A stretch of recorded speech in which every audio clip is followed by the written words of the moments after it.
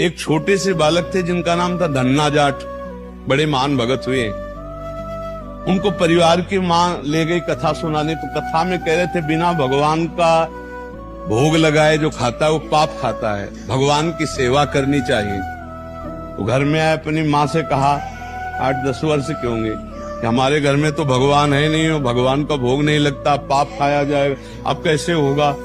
तो कथा का आखिरी दिन था, तो पंडित जी के पास गए, कहा कथा आपने सुनाया कि बिना भगवान का भोग लगाए नहीं खाना चाहिए, भगवान हमारे यहाँ तो भगवान है नहीं, तो आप भगवान दे दो। तो उन्होंने देखा कि बच्चा है, तो उन्होंने कहा देखो कथा समाप्त होगी तब भगवान दे देंगे। अब वो दूसरे दिन जब जाने लगे तो उनके पीछे चले, भगवान दे दो गुरुजी आप कह रहे थे।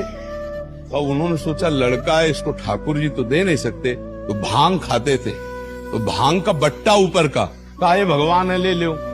पूरी कथा बड़ी, तो उनका कैसे सेवा करेंगे, तो बोले नहा के नहा देना और पवा के पा लेना, बस इतनी सेवा। वो इतने खुशी हो, देखो विश्वास है क्या, भांग का बट्टा, इतने खुशी हो गए कि मुझे ठाकुर जी मिल गए, मुझे भगवान मिल गए।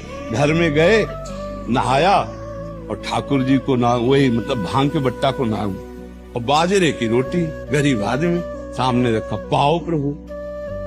वहां प्रभु कहाँ, एक दिन हो गया, तो उन्होंने सोचा हमारे पास कुछ है नहीं, लगता पंडित जी के पास खीर पुआ सब सामग्री थी तो ठाकुर जी पाते, वो बिल्कुल ठाकुर जी मान रहे। दूसरा दिन हुआ फिर वही बाजरा, तीसरा दिन हुआ फिर वही बाजरे की रोटी। तो वो रो रो करके ऐसे भांग का बट्टा पकड़ा, कहने लगे प्रभु हमारे पास नहीं है कि हम तुम्हें खीर पूड़ी पुआ पवा सके, खीर पूड़ी पुआ पवा सके। और गुरु जी ने कहा बिना पवाए पाना नहीं, अगर आप नहीं पाओगे तो हम चाहे मर जाए लेकिन नहीं पाएंगे। उसी समय श्री कृष्ण प्रकट हो गए, क्योंकि भगवान तो सर्वत्र है ना।